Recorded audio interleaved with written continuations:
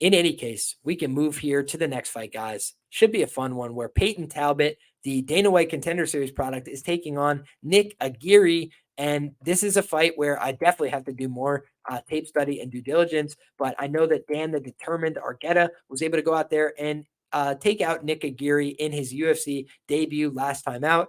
And I'm seeing that he's training at Valley Flow Striking Academy with the likes of Said Yakub Kakramanov and Sergio Pettis and other good guys. So definitely Nick Aguirre is a guy that's trying to put in the work, but he's young in his career, 7-1 overall as a professional, still just 27 years of age in his own right. And he's taking on a guy in Payton Talbott who is 25 years of age, who's 6-0 as a professional.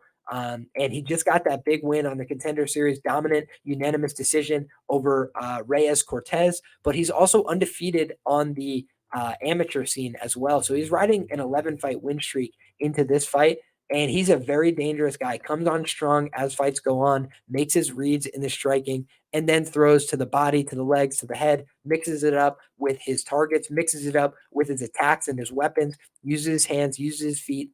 And he's got a lot of good, ability to land in succession, land in combination. So I think that there's a lot of good stuff. There's a lot of good stuff about Talbot. However, he's a huge, massive chalk favorite here.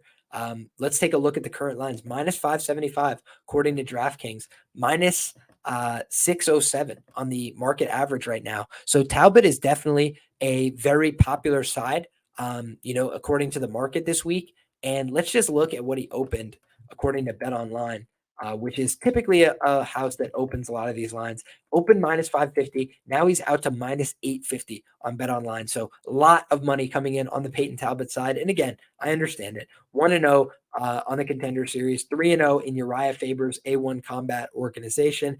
He had kind of been built up as a star in that organization, got the win over Christian Ribas, 9-2 as a pro. So has some solid wins outside of the UFC, but Aguirre does have the fact that he's gone in there. He's went the full 15 minutes inside the octagon. And he's a guy that does have, that ability to, show some improvements. He's still just 27 years of age. I believe he took that last fight on short notice. He kind of signed to the UFC as a last minute deal. So he's going to try and show an improved product here. And he's a very unknown commodity in some ways. So I feel like I have to do my due diligence to know if Nick Aguirre really has something to offer here. He's not a big star. He's not a guy that people are going to be, looking at. But I just think that you got two guys that are young, two guys that are very,